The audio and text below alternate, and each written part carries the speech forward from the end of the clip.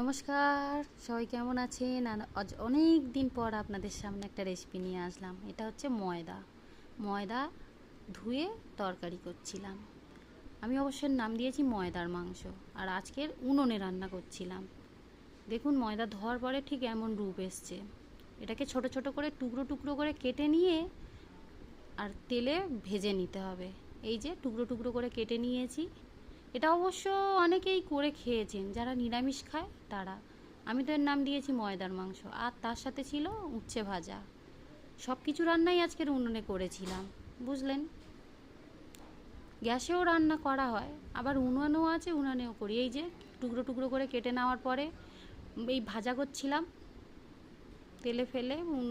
উনুনেই হয়েছে সব কিছু। আজকে রবিবার, সব সময় তো নিরামিষ খাওয়া হয়, আমিষ খাওয়া হয়, নিরামিষ তো খাওয়া হয় না। তাই আজকের এইটাই করবার ইচ্ছা হলো রান্না। ওই যে ভাজার পরে অমন সুন্দর একটা রূপ নিয়েছে, ঠিক বড়া ভাজার মতো।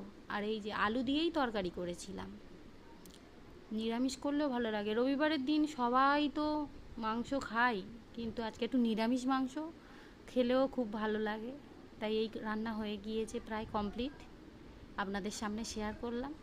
দেখুন কেমন হয়েছে, আপনারাও বাড়িতে করে খেতে পারেন। আর এই খাবার বাড়ছি উচ্ছে ভাজা আর ময়দার মাংস, আর তার সাথে একটু শশা। ভালোই লাগলো। সবাই ভালো থাকবেন, টাটা।